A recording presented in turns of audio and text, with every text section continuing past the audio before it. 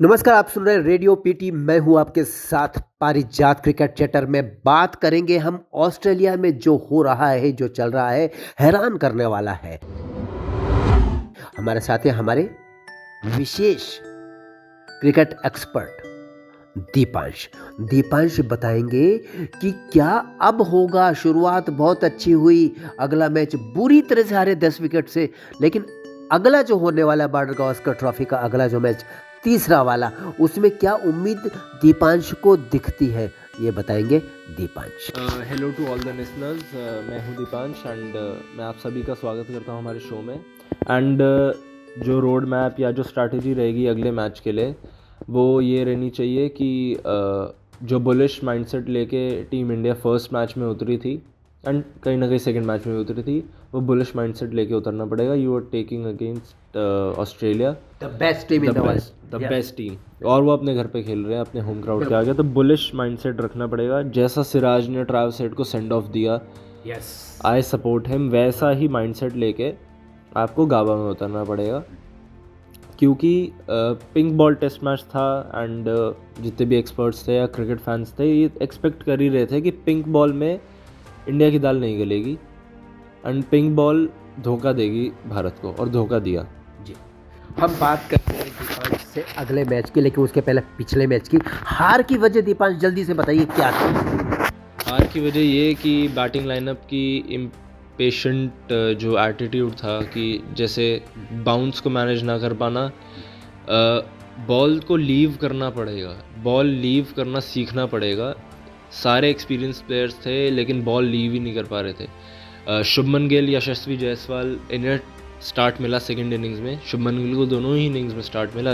अब बहुत अच्छे लग रहे थे, ऐसा लग रहा था कि बहुत लंबा स्कोर करेंगे, लेकिन वही कि बॉल को लीव करना पड़ेगा, बॉल को छोड़ना पड़ेगा। टेस्ट मैच है, 5 दिन का खेल है, पेशेंट रहना पड़ेगा। आपने अभी एग्जाम्पल दिया था जब हमारी बात हो रही थी सचिन तेंदुलकर वाला, वो जरा घटना जरा सा बताइए, जल्दी बताइए प्लीज। 2004 वाली बॉर्डर गावस्कर ट्रॉफी की सीरीज में सिडनी में जो मैच था जी, सिडनी मैच से पहले सचिन ने ये क्लेम किया था प्रेस के सामने कि वो एक भी कवर ड्राइव नहीं खेलेंगे, क्योंकि उनसे उससे दो जो मैचेस हुए थे पहले सीरीज में, दोनों ही मैचेस में वो ऑफ स्टंप पे आउट हुए थे ड्राइव करते हुए। तो उन्होंने बोला था एक भी कवर ड्राइव नहीं खेलूंगा, और ऑस्ट्रेलिया मीडिया पागल हो गई थी, क्योंकि सचिन का कवर ड्राइव मतलब एकदम टेक्स्ट बुक कवर ड्राइव होता है। एंड उसी मैच में उन्होंने सेम स्ट्रैटेजी अपनाई कि वो कवर ड्राइव नहीं खेलेंगे, बाहर की सारी बॉलें छोड़ी एंड डबल 100 मारी। इंडिया ने उस मैच में 727 स्कोर किया था। वाह वाह। देखिए, मुझे खुशी होती है दीपांश, मैं आपकी प्रशंसा करता हूँ। जो फिगर्स आपको याद रहे ना, ये आप बताते तो बड़ी खुशी होती, क्योंकि लगता है कि हम जो बात कर रहे हैं ना उस बात में दम है, हम हवा में बात नहीं कर रहे हैं। थैंक्स दीपांश। दीपांश, ये बताओ कि अभी हमारे जो अगला तीसरा मैच गाबा में होने वाला है, वाका से निपट लिए, हम गाबा में आ गए, तो इसमें हमारे बॉलिंग को ज़्यादा मजबूत रहना पड़ेगा या बैटिंग को, या दोनों को ही जम करके मैदान में, जो आपने एक बहुत अच्छा वर्ड इस्तेमाल किया, बुलिश माइंडसेट लेके जाना पड़ेगा। बॉलिंग तो हमारी सबसे जो क्या बोलते हैं स्ट्रॉन्ग पॉइंट है जी। एंड पहले मैच में हमें पता लग गया कि हमारी बॉलिंग बहुत अच्छी है, लेकिन सेकंड मैच हम पिंक बॉल से वो जो tight length stump wicket to wicket bowling करनी थी वो नहीं कर पाए, वो थोड़ा कमज़ोर नज़र आए। इस मैच में वैसा ही रुख अपनाना पड़ेगा, विकेट टू विकेट बॉलिंग करनी पड़ेगी। एंड रही बात की क्या प्लस पॉइंट है हमारा, बॉलिंग हमारा प्लस पॉइंट है मैं कहूँगा, क्योंकि जितने भी मैचेस हम पिछले 2-3 साल में जीते, हमारी बॉलर्स की वजह से जीते। बैटिंग लाइनअप उतनी प्रभावी नहीं दिखी है। बैट्समैन को मैं ये कहूँगा कि गाबा का बाउंस मैनेज करना पड़ेगा, गाबा की पेस मैनेज करनी पड़ेगी। जी जी, थैंक्स वेरी मच, बहुत अच्छी बात की। बैट्समैन को गाबा की बाउंस, गाबा की पेस को मैनेज करना पड़ेगा। इसके लिए मुझे उम्मीद है कि स्ट्रेटेजी लेकर उतरेंगे मैदान में हमारे खिलाड़ी। ये बताइए कि क्या अच्छे ऑलराउंडर्स की कमी लग रही है आपको इस बार? ऐसा क्यों लग रहा है कि शुरू के 2-4-5 बड़े बल्लेबाज चले आते हैं, फिर आगे कोई बचता नहीं? बैटिंग की बात करो, नीतीश रेड्डी, हर्षित की बात करें अगर, हाँ ठीक है, थोड़ी उम्मीद दिखती है, लेकिन हमारी टीम में ऑलराउंडर को लेके आप क्या टिप्पणी करते हैं? ऑलराउंडर हैं हमारी टीम में बहुत अच्छे। नीतीश रेड्डी की जैसे भी आपने उनको मेंशन किया, तो नीतीश रेड्डी ने इम्प्रेस ही किया है पिछले 2 मैचेस में। बैटिंग में ईजी दिखे, हड़बड़ाहट में नहीं दिखे, क्रूशल 40s बनाए हैं उन्होंने। अनफॉर्चुनेट रहे कि हाफ सेंचुरी नहीं हो पाई उनकी लास्ट मैच में, क्योंकि सामने वाले बैट्समैन टिक ही नहीं पा रहे थे। अगर हम बाकी ऑलराउंडर्स की बात करें नीतीश रेड्डी को छोड़ के, हमारे पास है वॉशिंगटन सुंदर एंड रविंद्र जडेजा। ये दोनों भी एक्सपीरियंसड हैं और बहुत अच्छे हैं। एंड अश्विन को भी कहीं ना कहीं मैं ऑलराउंडर की सूची में लाऊंगा, क्योंकि बैटिंग तो वो भी अच्छी कर लेते हैं एंड बॉलर तो वो है ही लेजेंडरी बॉलर है। लेकिन ऑलराउंडर आई डोंट थिंक कि इतनी बड़ी प्रॉब्लम है। प्रॉब्लम ये है कि जो की बैटर्स हैं हमारे, विराट कोहली, रोहित शर्मा, ये शुभमन गिल, यशस्वी जायसवाल। फर्स्ट मैच में विराट कोहली या यशस्वी जायसवाल ने अपना जादू दिखाया। हालांकि जो भी जैसे भी वो आउट हुए, काफ़ी सिली तरीके से आउट हुए। रोहित शर्मा को अब गाबा में अपना जादू दिखाना पड़ेगा, क्योंकि ना वो प्राइम मिनिस्टर 11 के अगेंस्ट जो प्रैक्टिस मैच हुआ था वहाँ परफॉर्म कर पाए, ना ही दूसरे मैच में। दोनों ही इनिंग्स में बहुत चीपली आउट हुए। तो मेन जो की प्रॉब्लम है वो है हमारे टॉप बैटर्स। बाकी ऋषभ पंत का भी एक वरी खलकती है, क्योंकि एक क्रिप्टोनाइट की तरह है वो ऑस्ट्रेलियन टीम के लिए।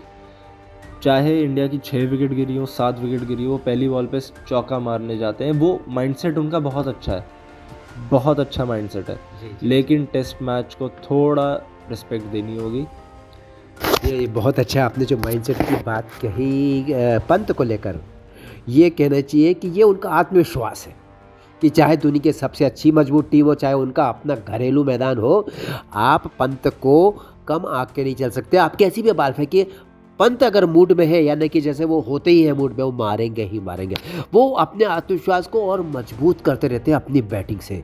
तो हम फिलहाल एक थोड़ा सा दुख हो रहा है मुझे ये कहते हुए कि पिछले कुछ मैचेस देख करके लग रहा है कि 10 रन भी एवरेज बना पा रहे हैं मुश्किल से विराट कोहली, और रोहित तो 10 रन से भी कम में आउट हो रहे हैं, एवरेज की बात हो रही है। तो क्या ये कोई संकेत है क्या? संकेत तो मतलब वरिंग चीज़ें तो है ये। हालांकि विराट कोहली की सेंचुरी आ गई है पर्थ पे, डिफ़िकल्ट सिचुएशन थी, बट अगर हम सैम्पल साइज देखें पिछले 10-15 मैचेस का, तो अच्छे रिजल्ट्स नहीं है, ना ही विराट कोहली ना ही रोहित शर्मा। क्योंकि बैटिंग टेक्निक बोलूँ, चाहे स्पिन खेलने का तरीका, चाहे फास्ट बॉलिंग खेलने का तरीका, रोहित शर्मा का ये एटीट्यूड था कि वो ऊपर से आएंगे एंड एक ही साथ पता नहीं कितने सारे रन बना देंगे बहुत तेज़ी से। वो टेक्निक उनकी वाइट बॉल क्रिकेट में काफ़ी अच्छी साबित हुई, T20 वर्ल्ड कप और वनडे वर्ल्ड कप में। लेकिन टेस्ट क्रिकेट में, रेड बॉल क्रिकेट में ये अच्छी साबित होती हुई नहीं दिख रही है। इंडियन पिचेस पे शायद ये सही हो सकता था, लेकिन वो नहीं हो पाया। एंड ऑस्ट्रेलियन पिचेस पे ये नहीं है। ऑस्ट्रेलियन पिचेस पे आपको खुद को टाइम देना होगा, क्योंकि ऐसा नहीं है कि आपको आपके चेस्ट पे बॉल मिलेगी एंड आप पुल मारोगे छक्का हो जाएगा, नहीं। आपके कंधे तक, आपके सर तक, आपके कान तक बॉल आती है, इतनी बाउंस करती है एंड बाउंस विद 140 किलोमीटर/आवर की स्पेस। तो रोहित शर्मा को, अब तो खैर वो डाउन द ऑर्डर आ रहे हैं, नंबर 6 पे आ रहे हैं, तो उन्हें सेटल होना पड़ेगा। क्योंकि जब पिछले मैच में जब भी वो आए तो काफ़ी गुच्छे में विकेट्स गिरी हुई थी इंडिया की, सेटल्ड नहीं लगे, हड़बड़ाहट में लगे एंड और प्रेशर ही डाला टीम पे। रही बात विराट कोहली की, विराट कोहली को जैसे सचिन का हमने मेंशन किया कि बाहर की बॉलें छोड़नी पड़ेंगी, विराट कोहली को भी बाहर की बॉलें छोड़नी पड़ेंगी। पिछले मैच में वो दोनों बार बाहर की बॉलों पे ही आउट हुए, एक बार बाउंस को मैनेज नहीं कर पाए और एक बार फोर्थ स्टंप की बॉल को डिफेंड करने गए या ड्राइव मारने गए, एज थमा बैठे। तो विराट कोहली के साथ तो हमेशा से ही प्रॉब्लम है, बाहर की बॉल छेड़ ही देते हैं, बस वो बाहर की बॉल मत छेड़ें। ठीक है। जैसे दीपांश बता रहे हैं कि लालच से बचना पड़ेगा। बाहर की बॉल को छेड़ इसलिए देते, जैसे मैं भी क्रिकेटर हूँ, दीपांश भी है, बाहर की बॉल आती है तो हमें लगता है कि बहुत बढ़िया तरीके से हम उछाल के उसको 6 के लिए, 4 के लिए भेज सकते हैं, पर वो गड़बड़ तो कैलकुलेशन, वो टाइमिंग, क्योंकि अगर फास्ट बॉलिंग है तो आपका उतना अच्छा रिफ्लेक्स उस बॉल को मैच कर पाएगा, ये चांस कम होता है। चलिए, इसलिए वो जो तेंदुलकर वाली बात थी कि मैं छोड़ूंगा, ये संकल्प लेके उतरेंगे तो डबल टन मारेंगे आप, डबल डक नहीं, डबल टन। एनीवेज, बॉलिंग में क्या समस्या आ रही है कि अच्छा कर रहे हैं सिराज भी, और वो भी अच्छा कर रहे हैं अपना बुमराह, तो बाकी 1-2 लोग कौन है जिनसे उम्मीद है कि इस बार वो थोड़ा ठीक कर सकते हैं, या उन्हें करना चाहिए, ज़रूरी है अगर टीम में रहना है? बॉलिंग कंटिजेंट की बात करूं तो कि बुमराह तो हमारे एस बॉलर हैं। बुमराह को सपोर्ट देना बहुत इंपॉर्टेंट है, specially from Siraj and Harshit Rana, क्योंकि ये की पेसर्स बन के उतरे हैं। चांसेस कम है कि मयंक यादव का डेब्यू होगा, नहीं लग रहा अभी, ऐसी कोई बात भी सामने नहीं आ रही है। मोहम्मद शामी को इंडिया से ऑस्ट्रेलिया बुलाने की बात चल रही थी, लेकिन अभी सेम वही कि इंडियन टीम से भी कोई खबर नहीं आई। तो हमारे पास वही आकाशदीप भी हैं एक बॉलर जो स्क्वाड के साथ गए हैं, लेकिन आई गेस वो हर्षित राणा के साथ ही उतरेंगे टीम। बस यही है कि मोहम्मद सिराज एंड हर्षित राणा सपोर्ट करे जसप्रीत बुमराह को फुल्ली, क्योंकि जसप्रीत बुमराह तो विकेट्स ला के देंगे, लेकिन वो सोने पे सुहागा तब होगा जब सिराज एंड हर्षित राणा ऑजीज़ पे प्रेशर बनाए, वो रन स्कोरिंग अपॉर्चुनिटीज़ ना दे। आप उनकी टांगों पे बॉलें कराएंगे तो आराम से वो सिंगल डबल 4 रन मारेंगे। पिंक बॉल टेस्ट मैच में यही हुआ, विकेट टू विकेट बॉलिंग कराने के बजाय आप टांगों पे करा रहे हैं। तो टांगों पे खेलना बहुत आसान है, आप बस फ्लिक करके आप सिंगल ले लो, अगर आपकी टाइमिंग अच्छी तो चौका चला जाएगा, तो प्रेशर हट ही जाता है। ट्रैविस हेड ने अपनी पूरी इनिंग ऐसी खेली जब उन्होंने सेंचुरी मारी, उनके पैरों पे गेंद आई, उन्होंने पूरा फ़ायदा उठाया एंड इतना फ़ायदा उठाया कि 140 बना गए। जी, तो ट्रेविस हेड काहे को जम जाते हैं अंगद के पाँव की तरह, मुझे समझ नहीं आता कोई स्ट्रेटजी ट्रेविस हेड के खिलाफ इनकी चलती क्यों नहीं है भाई साहब। कई बार ट्रेविस हेड छीन के ले गए भारत के मुंह से जीत का सिक्का। इस पे थोड़ा मैं रोहित शर्मा को क्रिटिसाइज़ करना चाहूँगा। रोहित शर्मा क्लूलेस दिखते हैं ट्रैविस हेड के सामने। रोहित शर्मा ना वनडे वर्ल्ड कप में उन्हें काउंटर कर पाए, ना WTC फाइनल में काउंटर कर पाए, ना इस मैच में काउंटर कर पाए। तो ट्रैविस हेड जैसा जो फियरलेस बैट्समैन आता है, बुलिश माइंडसेट वाला बैट्समैन आता है, तो उसको आई टू आई करके उससे उसको चैलेंज करके। बहुत बढ़िया, आपने बहुत अच्छा बोला भाई, बिल्कुल चैलेंज, बहुत बढ़िया। प्लीज कंटिन्यू कि सिराज ने जैसा अपनी आंखों से उन्हें जवाब दिया, वैसा माइंडसेट लेके पूरी टीम उतरे। वोकल होना पड़ेगा इंडियन टीम को। रोहित शर्मा ये थोड़े डिफेंसिव कैप्टन है इन माय ओपिनियन। वोकल होना पड़ेगा पूरी इंडियन टीम को, अब्यूज़ नहीं करना है। वोकल इन द सेंस कि आप 11 के 11 हैं फील्ड पे, तो 11 के 11 खुद को आपस में चेयर करते रहें, हर एक सेकंड कोहली की तरह कुछ ना कुछ बातें करते रहे, एक दूसरे का मनोबल बढ़ाते रहे। हाँ, कंसंट्रेशन ब्रेक करें ऑजीज़ का। बहुत बढ़िया, क्योंकि जी स्टीव स्मिथ अभी उस टच में नहीं दिख रहे हैं। स्टीव स्मिथ बहुत ही बुरी तरह से दोनों ही मैचेस में आउट हुए हैं। कंसंट्रेशन में जो प्लेयर लगे हैं वो Travis head and Alex Carey. Alex Carey एक बार जम गए। एलेक्स कैरी उस तेज़ी से रन नहीं बनाते, लेकिन वो जब जम जाते हैं तो वो इरिटेट करते हैं। एंड उनके साथ जब भी एलेक्स कैरी बैटिंग करते हैं तो ट्रैविस हेड होते हैं, ट्रैविस हेड रन पे रन बनाते हैं, तो वो आपसे मैच खींच लेते हैं। तो जैसा मैंने बोला कि वोकल होना पड़ेगा, आंखों में आंखें डाल के चैलेंज देना पड़ेगा ट्रैविस हेड को। आप अच्छी बॉल डालोगे तो वो आउट होगा, बुरी बॉल पे भी आउट होगा ट्रैविस हेड। और चांसेस मिले तो ग्रैब करने पड़ेंगे। पिछले मैच में 2 चांसेस मिले थे, नहीं ग्रैब कर पाई इंडिया, दोनों कैचेस छोड़ दी। तो चांसेस ग्रैब तो करने पड़ेंगे, चाहे तेज़ आए कैसी भी बॉल आए, अपने आप को लगा दो, चिपक जाए बॉल आपसे, कैच पकड़ो, लेकिन चैलेंज लेना पड़ेगा। जीत का फार्मूला बताया दीपांश ने कि आप चुनौती स्वीकार करें, आत्मविश्वास बढ़ाएं, आंखों में आंखें डाल के जवाब देने की कोशिश करें, वही तमन्ना रखें। जैसे पाकिस्तानी खिलाड़ी होते हैं ना, बहुत ज़बरदस्त जद्दोजहद करते हैं और जीत का जुनून है, पागलपन। उस तरीके से आप जब 11 खिलाड़ी, बहुत अच्छी बात की, 11 खिलाड़ियों को एक होकर के एक दूसरे को चीयर करते हुए, एक दूसरे का मनोबल बढ़ाते हुए मैदान में रहना होगा, तो आप जीतेंगे, वरना आप तो हारेंगे। क्योंकि सामने वाली टीम बिल्कुल वही है जिसकी हम बात करें, जिस लेवल पे की हम बात करें, जो चाहिए, रिक्वायर्ड है उनको हराने के लिए। ठीक है, चलिए अभी एक जल्दी से सवाल का जवाब दीजिए। कोई ऐसा खिलाड़ी है इस 11 लोगों की टीम में जो खेलने वाली है अगला टेस्ट, जिसको आप चाहेंगे कि इसको बदल सकते हैं? ऐसा कोई खिलाड़ी नज़र तो नहीं आता है। या बैट्समैन? मैं चाहूँगा कि जडेजा हैं, मे बी, क्योंकि गाबा में आई डोंट थिंक कि अश्विन से उतनी बॉलिंग कराई जाएगी। अच्छा। प्लस जडेजा क्यों कह रहा हूँ मैं, जडेजा आपको बॉलिंग तो देते ही हैं बट आपको बैटिंग ऑप्शन मिल जाता है, lefty batting option, and batting वो काफ़ी अच्छी करते हैं। अगर मैं अश्विन एंड जडेजा को कंपेयर करूँ, इन माय ओपिनियन कि Jadeja will be better, but अगर एक और ऑप्शन देना चाहूँ तो शायद वॉशिंगटन सुंदर को वापस ला सकते हैं। ये चेंज अगर टीम इंडिया करना चाहे तो ये कर सकती है। अब जैसे जल्दी से आपने इसका जवाब दिया, जल्दी से ये जवाब दीजिए, अपना एनालिसिस जल्दी से बता करके ये वाला मैच हारेंगे कि जीतेंगे हम इंडियंस, इंडिया, टीम इंडिया का क्या होगा? टीम इंडिया है, जीत जाएगी।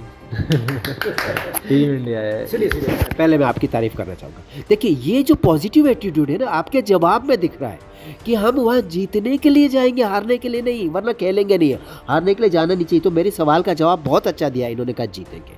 थैंक्स वेरी मच, बढ़िया, आप कंटिन्यू कीजिए।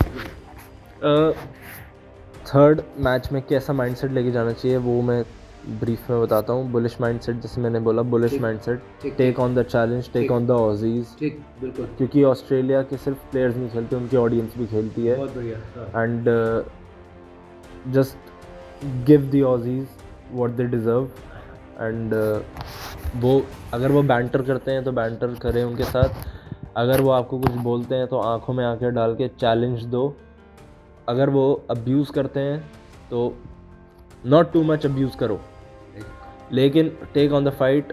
वॉर है ये this is the toughest rivalry, and ये टॉप 2 टीम्स की बात है। हालांकि WTC टेबल पे टॉप पे तो अभी साउथ अफ्रीका बैठी है, लेकिन बेस्ट क्रिकेट यही 2 टीमें खेल रही हैं इस समय। बहुत अच्छी आपने बात कही दीपंश। ये वार है, आप इसको खेल समझ के जाएंगे तो आप हार जाएंगे, क्योंकि सामने वाला इसको खेल समझ के नहीं खेल रहा है, वो वार समझ के आपके सामने उतरा है, खेलने नहीं, आपको हराने के लिए। तो वार की दृष्टि से, उसी मनोविज्ञान से आपको मैदान में उतरना है, डटना है, मुकाबला करना है और उड़ा देना धांसू तरीके से। अगर ये सोच चुकी ना जो बुलिश माइंडसेट जो कहा है दीपंश ने, तो हम जीतेंगे। और मुझे अच्छा लगा जो उन्होंने कहा, मुझे उम्मीद है कि भारतीय टीम भी ये सोच रही होगी, हमारे रणनीतिकर्ता, हमारे कोच, हमारे मेंटोर वगैरह भी इसी तरह की स्ट्रेटेजी बना के टीम के प्लेयर्स को मनोबल बढ़ा करके मैदान में उतारेंगे, और मुझे उम्मीद है कि टीम जीत जाएगी। एक अंतिम बात कुछ आप कहना चाहिए इस मैच को लेकर के, कहिए, फिर इसका हम समाहार करेंगे अपने सेशन का आज का। एक फन चीज़ कि अगर टीम इंडिया देसी बन के उतरे, सोफिस्टिकेशन में ना, जेंटलमैन गेम है, लेकिन दिल्ली के लड़के भी हैं इसमें, और हमारे कोच दिल्ली के हैं, तो वो दिल्ली की तरह खेले। वाह वाह वाह वाह, बहुत बढ़िया। ये मुझे लगता है कि ये शायद किसी टीवी चैनल में आप बात नहीं सुनेंगे कि आप देशी अंदाज में, जब हम लोग गली में, मोहल्ले में, छत पे, घर के अंदर कहीं खेलते हैं ना, तो चालाकी, बदमाशी, शैतानी सारे पैतरे अपनाते हैं, क्योंकि उस समय हम पूरी तरह से सोचते हैं जीतना है, मजे भी लेते हैं और खेलते भी ज़बरदस्त। ये वाली सोच बहुत अच्छी बात। थैंक्स वेरी मच दीपांश, आपने गंभीर बात की, मजाक भी किया, आंकड़े भी बहुत अच्छे दिए और उम्मीद भी जताई, बहुत शुक्रिया। अगली बार अगर इस मैच के बाद या इस मैच के दौरान फिर आपसे क्रिकेट चैटर पर मुलाकात होगी मेरी, तब तक दीजिए मुझे, पारिजात को और दीपांश को अनुमति। एक काम कीजिए जो हमेशा कहता हूँ, मुस्कुराते रहिए। Radio radio radio radio radio